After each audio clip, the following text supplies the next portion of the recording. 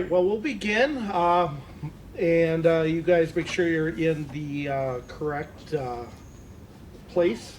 This one here is about what's next for Upstream Carriage. I'm Tom Loucks, I'll be the moderator, and I'm from the city of Marshfield. I'm the communications director, and I also run 3 television stations, our PEG stations as well. Mary Cardona sitting next to me. I think most everyone knows who she is. She's the backbone of this organization, keeps it all together. She's our director, executive director, and does a wonderful job and helped me along when I started here in 2011. Alan Luckett, he is with Janesville Community Media, right? And close enough. Okay. And he has extensive knowledge in this area. He's been doing it for a lot of years, and moved to Janesville a few years ago, I believe, from from blanking out Whitewater Television. Great individual, and will be performing tonight, so don't miss that. Performing what? We won't tell you. Yeah, we won't tell you. Interpretive dance. Yeah. So I just a brief introductions of that, and what I want to do is to go right into Mary Cardona and talk about outages that people have had, generally with charter communications, but they could with others. So we're going to start with that, and then move on to myself and Alan, and back to Mary, and then I guess feel free to ask us questions as you go. Yeah. Okay, so many of you know that in about 2 months, around Labor Day, both Rice Lake and the city of Oshkosh experienced outages. And prior to that, the city of Green Bay went out on both of their channels. That was like back in September, or not, I'm sorry, back in spring. And when Charter was contacted about the outages, they said it would be 5 or 6 months before they would get these channels back up on the air. And that was not the right answer. And we contacted state legislators. We contacted Gordon Hintz, who's the representative for the city of Oshkosh. We contacted Senator Fine, who's the senator for the city of Oshkosh. Representative Schra, who's also a representative for Oshkosh. Representative Armstrong in Rice Lake happens to have been on the WCM board for about 9 months, was actually in the Rice Lake studio when it was discovered that the station went out. He immediately called his aide, who then immediately called Charter and said, hey, this is not okay. So we right away got our legislators involved in this, so that Charter knew that they needed to do something. And partly we needed to get them involved because the law around this in Wisconsin right now is very weak.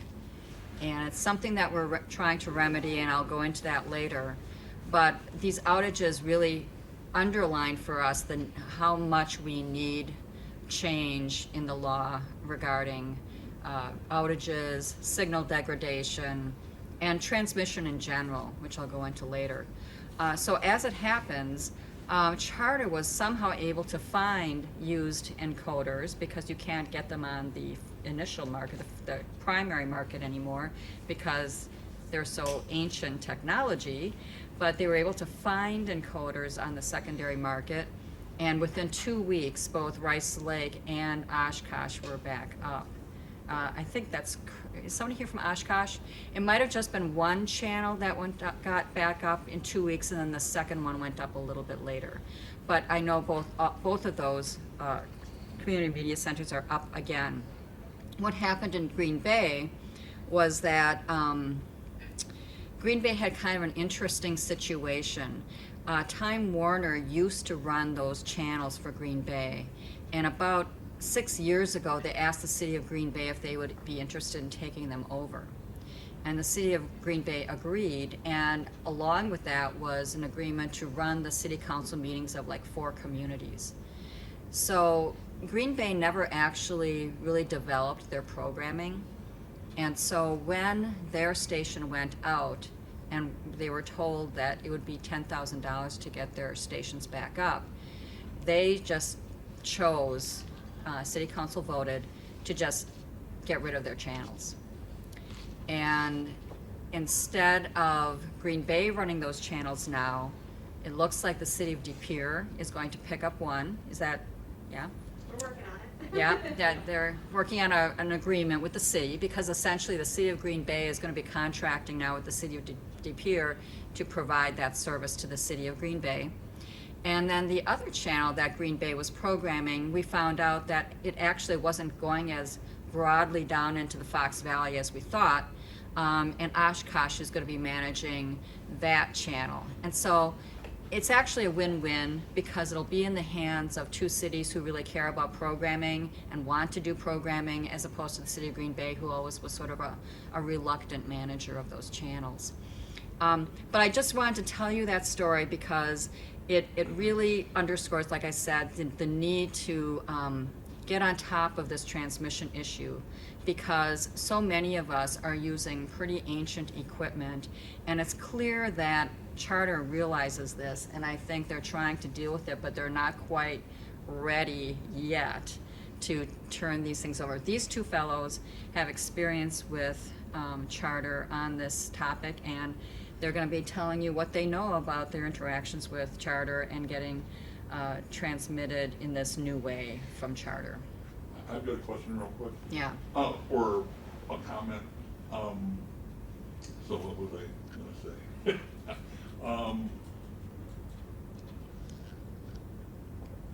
So those three channels went down all together in the same time period. Yes, oddly.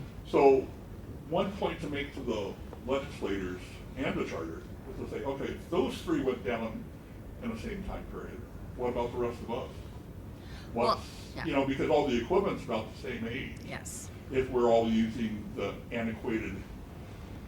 Well, it is certainly an argument I made, because Senator Schra's office made the point that, well, by the time you pass a bill, you know, these guys will be back up and it won't be a problem anymore.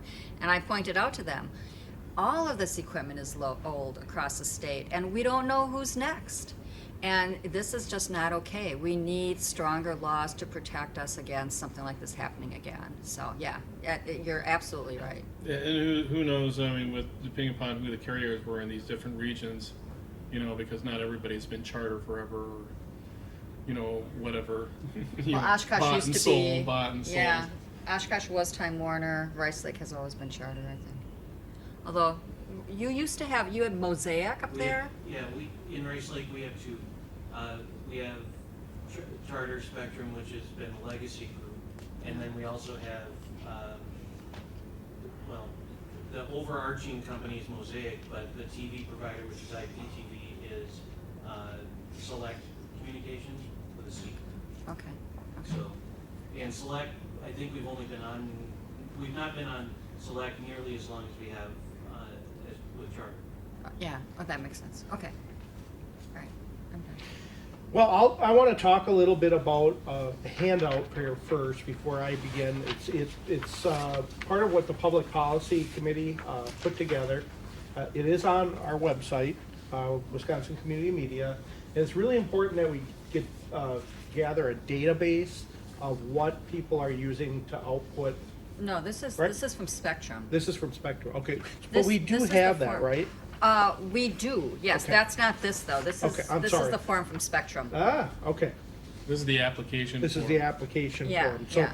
I'll let you or Alan talk about it. So, but there is a piece on our website that helps us Right. understand, for those that may not understand the Upstream Carriage, a little bit more information. So let me about just, this. okay, since you're talking about, Yep. yeah, that's the public policy questionnaire that I think about 2/3 of our members have filled out. And Boyce is actually digesting all of the information we're collecting. He's on the Public Policy Committee. But Not too late. yeah, yeah. We really, really, really want you guys to fill out that public policy survey. So if you have not done it yet, it's on the member website. And we'll bug you about it continually until you do it. All right, sorry about that. That looked familiar, and then I didn't read the little logo up there. My bad. back in 2019, I took over City of Marshfield's PEG operation. It was contracted out and had to move the stations because of the change in the contract and no longer could afford the rent. And what does that mean? Well, we got to move a lot of equipment, and we had to find alternatives or not have it. So we contacted Charter right away on what we would need to be doing, and they gave us a time frame that could be up to a year. That was not going to be good, but at least we did look into it quick enough. So what I can tell you at this point in time, if you feel you're going to be moving where you're sending your signal out, you need to do it quick. Do it soon enough. It's not going to be a month. It's not going to be 2 months. It could be an 8 to 10 month process. And that was the case for us. So when I came in, we were one of the more original stations to do that in 2019. Charter still didn't have their stuff together to understand how to make it work. What that means is we send out through encoders called these Drake encoders. If you have, we have these on site. We have 3 of them, 1 for each station, and we have a direct fiber circuitry switch provided by Charter, and they installed all of it under a cost. And we moved all 3 stations right to our city hall in our server room, because you can talk to it from anywhere. And I felt that was the best place. And but there was quite a high expense. And what we did is it would cost us $13,000. And you will find out that every municipality gets a different price, and that's not very friendly. And we're talking about that with Mary's and legislation right now, but I can tell you it was $13,000 to go through this process, and it was quite a headache, especially when you're taking over a new station. And it wasn't easy to communicate with Charter. You got to make sure you have your city officials helping you back. I had my mayor call Charter several times, and that helped push it along a lot quicker to get your city officials in. It did go to a council meeting, and that even pushed it even quicker. So I think we did speed up the process by several months by bugging them enough that they actually had to do that. It also helped to have a council person that is on the state legislature, a wife of a councilman, so that helped as well a little bit. I don't know how much, but the other thing is I try to have good relations with Charter as much as I can. I don't know how, that's important to have the best you can have, but again, that's only goes so far. But what I want to tell you is we did have the transmitter style that most people have. It's after the it's no modulator. That's what a lot of people have. Charter would not do that when we wanted to do a remove.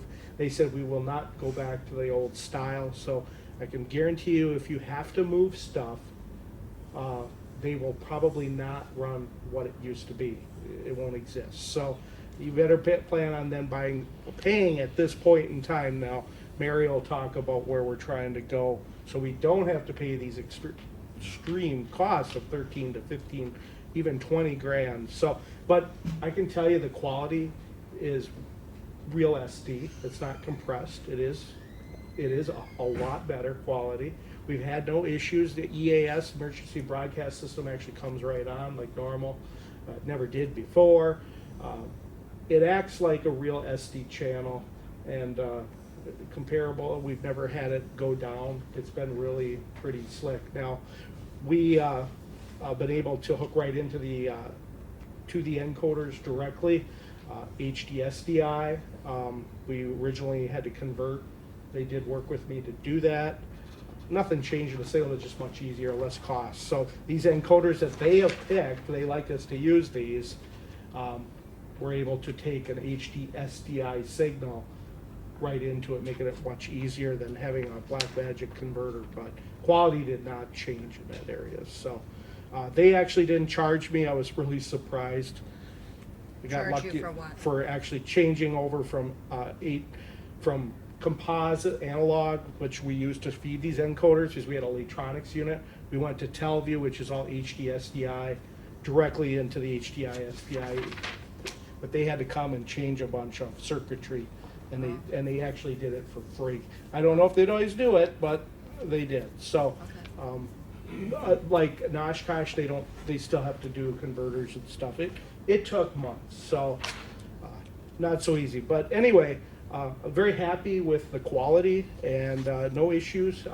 When the power goes down, everything has come back up. So it has been a plus, and that's where I want to say that. But the cost and to get there, and the people you had to work with, it took a lot of time and a lot of effort. So just plan ahead right now at this point in time. If you feel that your station's gonna have to move, if it doesn't have to move, I think they will, as Mary said, hopefully find you equipment. I found Wausau a piece of equipment for them to help them along real quick. So I think all of us, if we can help each other have old equipment for now, will be the best bet if you're not moving. So, and I know Alan, he'll talk about, he's doing somewhat the same idea, but you can kind of go what you have and ask us questions. Go ahead, Alan.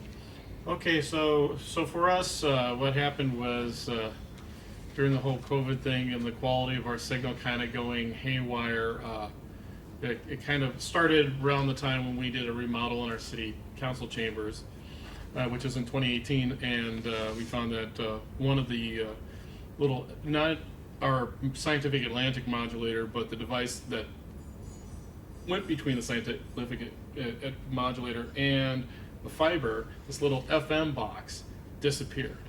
And so now we had a problem with sending our signal from City Hall to the library, which is where we were broadcasting with our video server. And so we were using data video boxes that were just, using a network connection. But it was, it wasn't a straight fiber connection, but it was a fiber connection between the two buildings, so at least it was pretty clean. But it wasn't perfect. And occasionally we'd have some dropouts of our video when we were streaming a city council meeting or broadcasting a city council meeting. So one of our city council representatives said, you need to put aside $50,000 and do an upgrade of those chambers and bring them up to snuff. So we were requested to do that. So obviously we needed a new video switcher, so we were automatically going in that direction. But the question was, okay, where do we broadcast from? Because we were you turn on a modulator, it overrides another modulator. That's how we've been doing the business. A lot of us might have, in two different locations.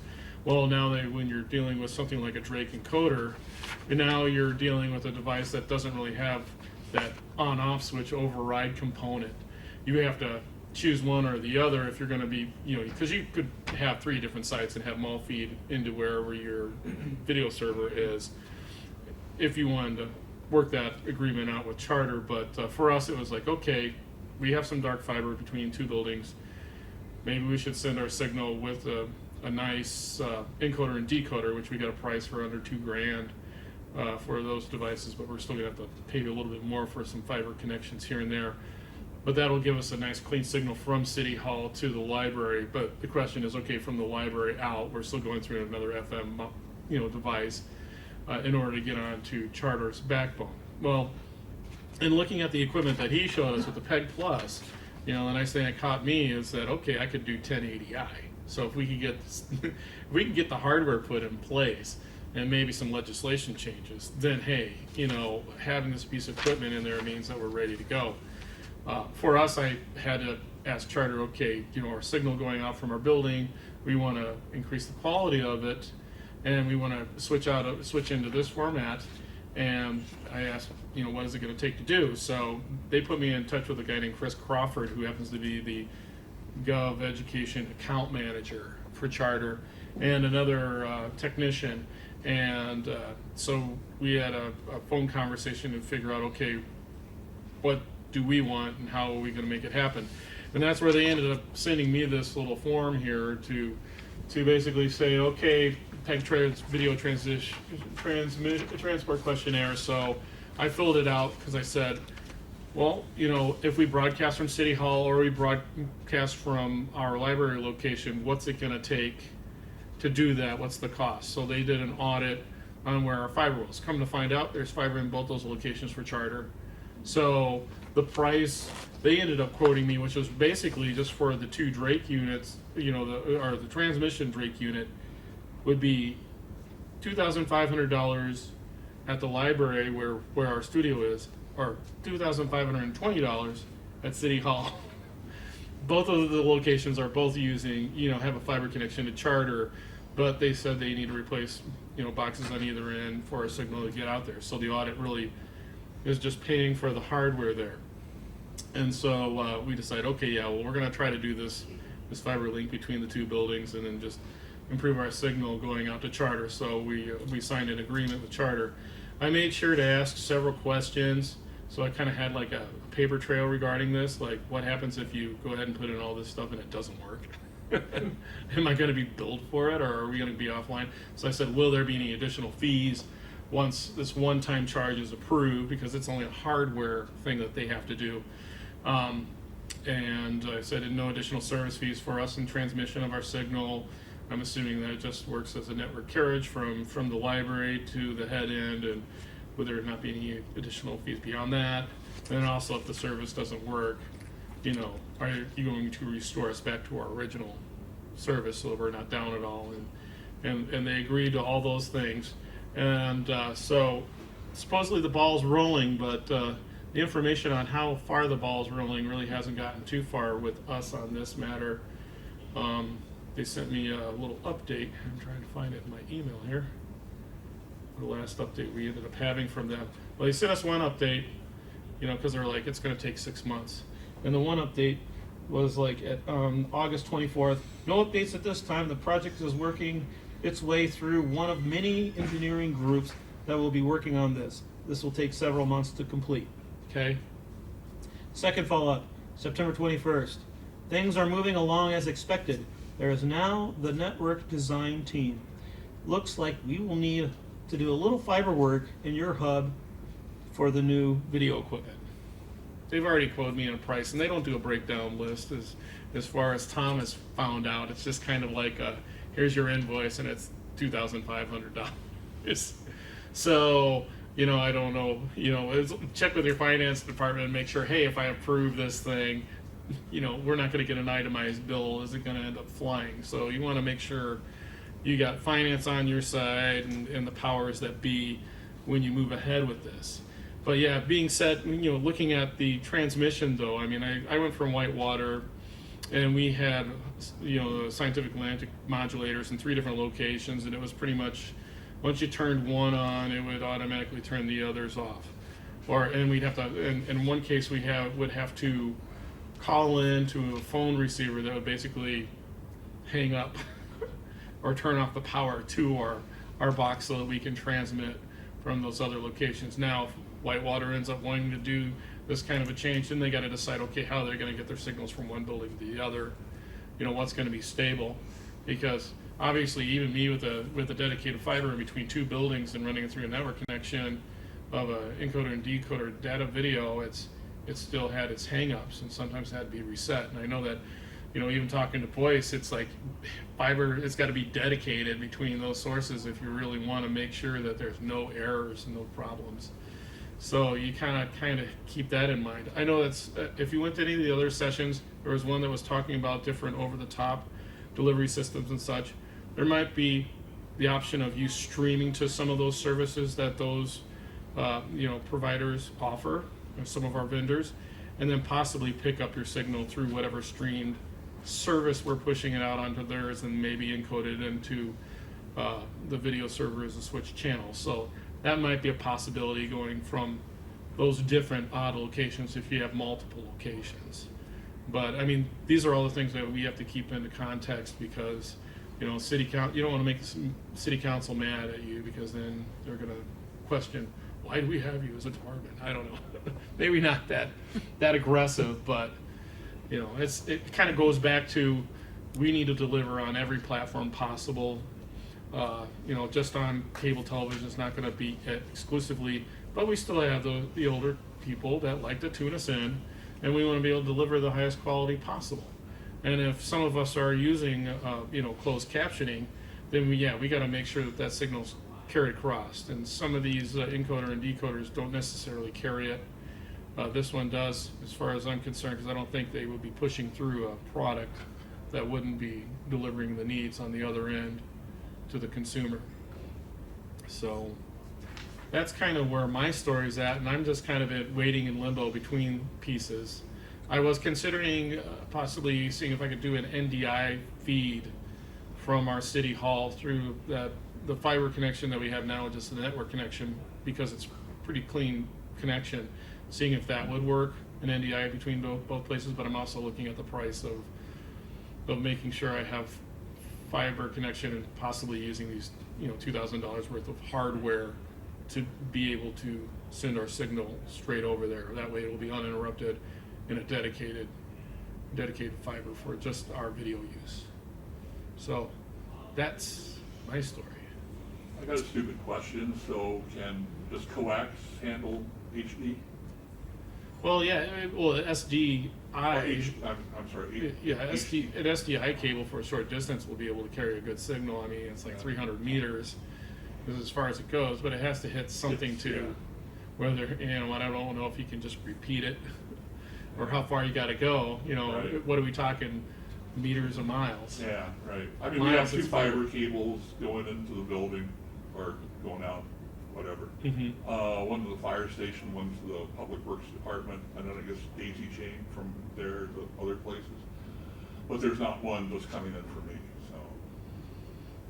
Yeah, and I don't know what each charter might have there, because frankly, our library has a fiber connection, because obviously everybody comes in to use the free Wi-Fi at the library.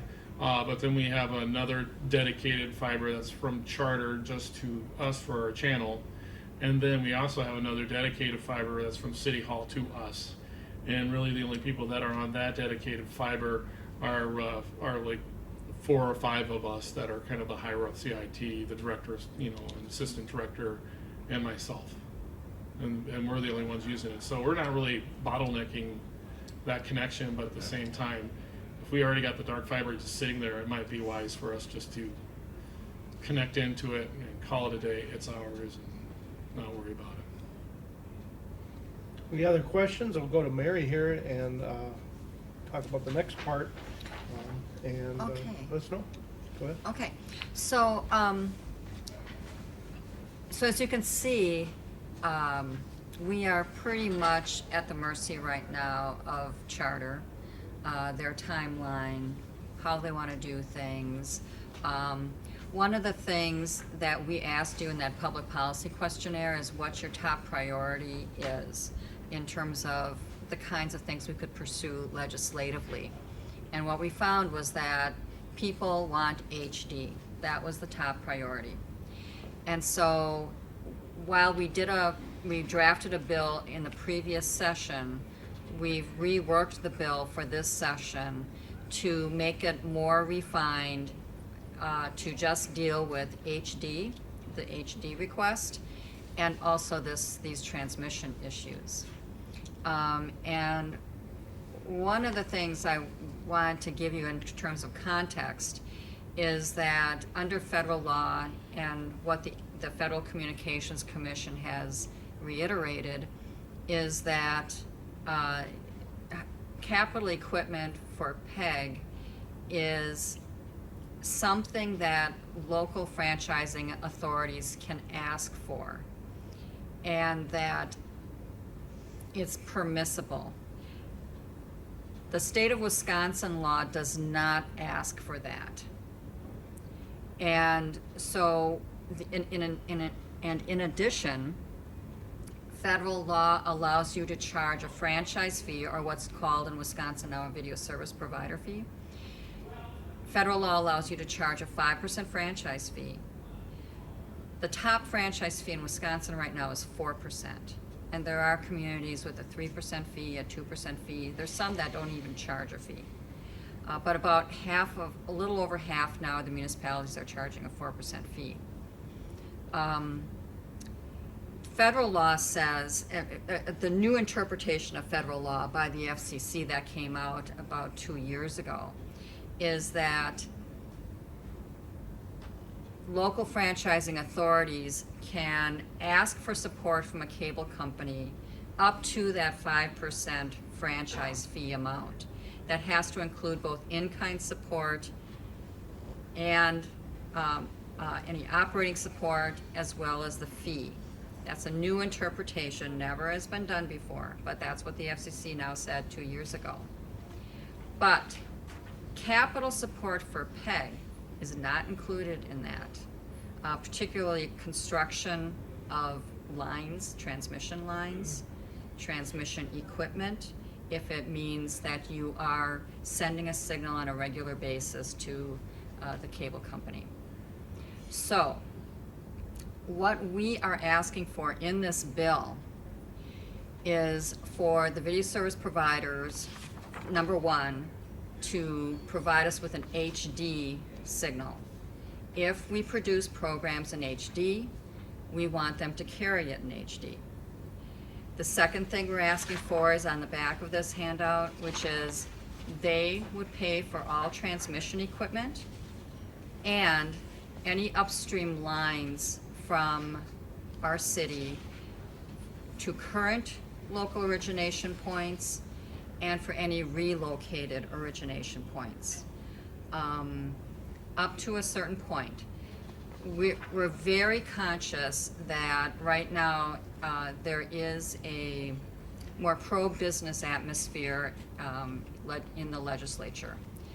And one of the questions we've been repeatedly asked by state legislators is, how much of a burden is all of this on the cable companies?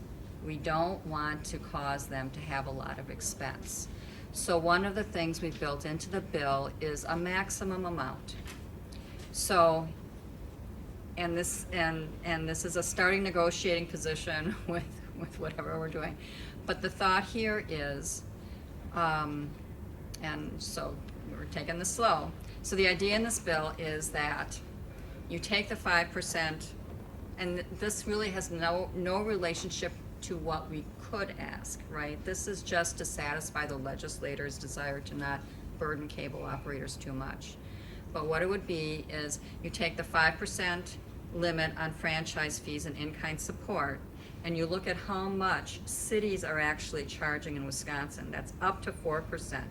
That gap here is what we can work with for paying for fiber optic lines, transmission equipment, anything else like that that they need to do in order to serve us. And since it's a capital expense, the bill version I'm working with right now says that amount of money times 3. So that would be the ceiling that they would be required to spend on equipment and lines. And I think, honestly, I think that any construction project would probably be far less than that 1% or 2% that would involve times 3. However, we do have some really, really small communities that get very, very, very, they have very low subscriber numbers, and the purpose of the 3-year period is to make sure that those communities don't end up having to pay for fiber optic lines and equipment. Although we're not talking about 200 cities in Wisconsin, how many cities realistically would they have to Right, do? right. And that's the kind of factual information that we are collecting, so that when we go to legislators, we can say to them, look, I know there's 350 communities in Wisconsin, but 80 are using cable television. And that's why, again, it's limited in that sense. The other limitation we have in this is, again, this idea of transmitting our signal. The FCC has found that they could actually charge for transmitting the signal. They're calling it an operating cost. But the company can only charge their marginal cost for doing that. And one of the things that we're running into here is that when we ask for an itemized list of how much does it cost for this equipment, how much does it cost for labor, how much does it cost for fiber, Charter is not giving us any detail on that. They're just saying $15,000 for the whole package. And we have no breakdown. We have no way of knowing exactly what that marginal cost is and whether or not they're actually charging us a marginal cost or not.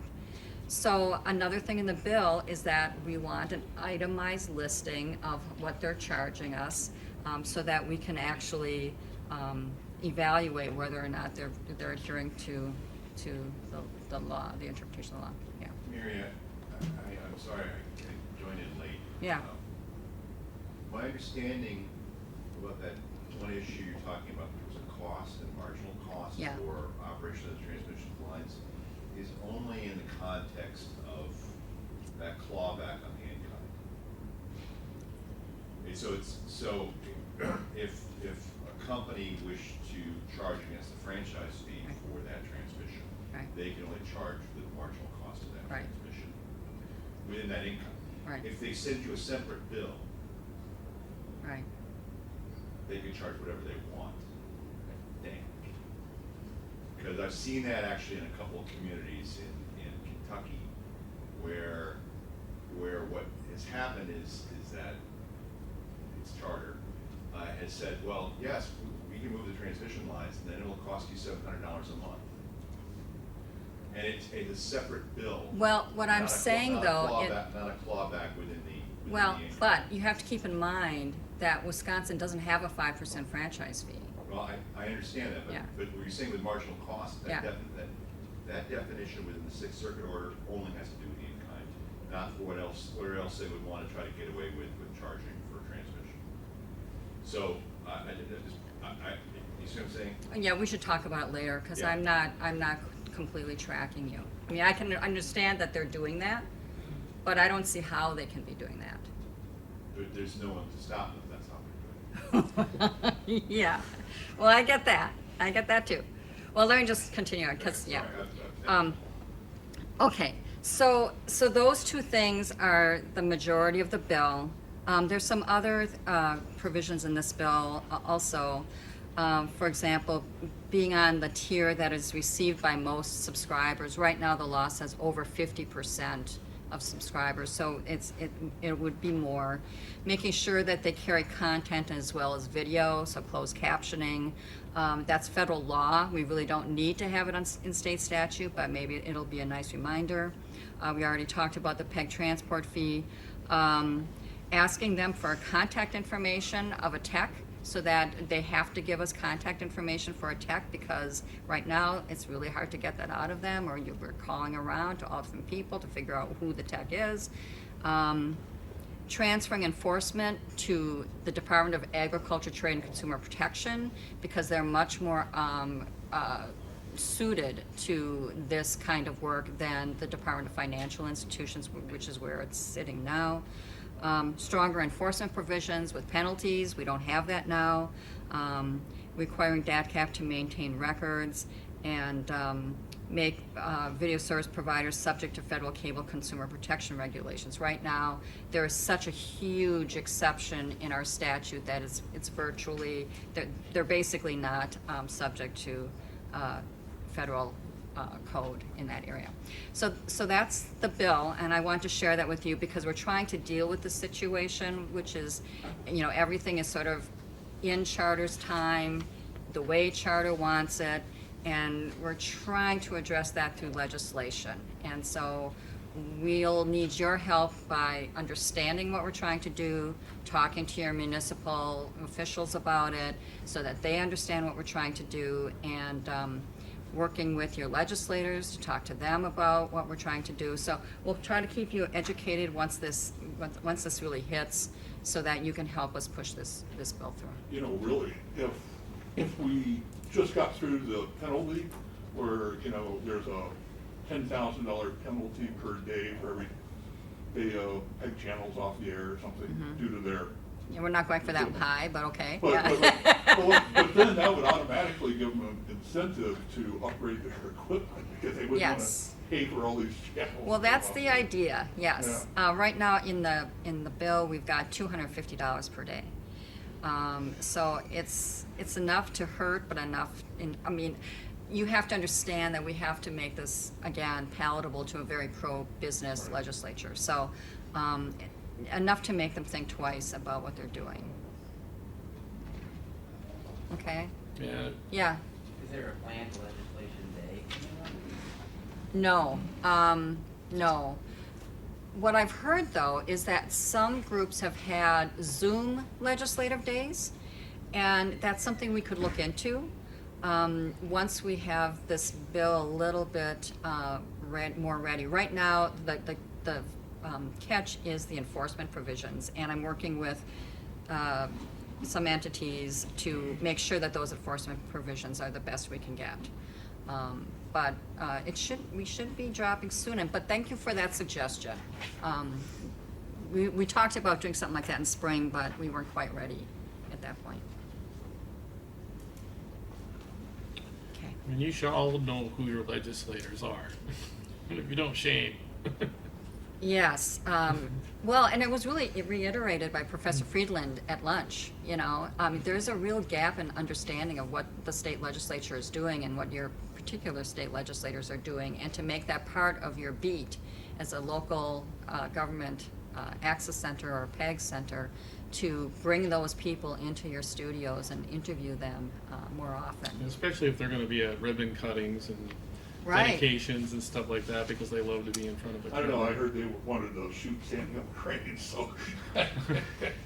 So, real Oh. quick question, kind of relative to this. So, do we know the backbone of their system? Because I think we're in the Janesville hub probably, or head end. Yeah, and Madison. I'm willing to believe that, yeah, a lot of us are going to have similar, because I mean, if we're using the same type of equipment, and I mean, even the little FM modulating devices that are outside of the Scientific Atlantic stuff between Whitewater and what Janesville has, they're both fairly similar. But I would think, yeah, if you're using something in their head end and I'm sending it to the same head end, Mm-hmm. then they probably want the same equipment, I'm assuming. Yeah, uniformity across it all. Yeah, because I mean, right now ours gets sent down to the old United Auto Workers office on the south side of Janesville, which is just kind of a weird spot because it's not like the oldest part of town. Where the library is the oldest part of town. Do we know about Kenosha's move? Because I'm sure. Jason here? Sure. All I know on that is that Kenosha Community Media is going to continue to be an independent nonprofit organization. They are located at the library right now, but there was some talk about merging with the library, but it looks like that's not going to happen. But I also want to say, you know, one of the reasons why this bill right now is important and trying to get that somewhere in the legislature is because charter is clearly in flux about what they're doing here. They're working it out. It's, you know, they're adjusting things. This is the time to say, hey, while you're adjusting things and coming up with a new formula for how to carry us, let's have you do it in HD. You know, so this is sort of it's an opportunity right now. Between this and those outages that got the attention of our legislators, I think this is the moment that we really need to pounce on.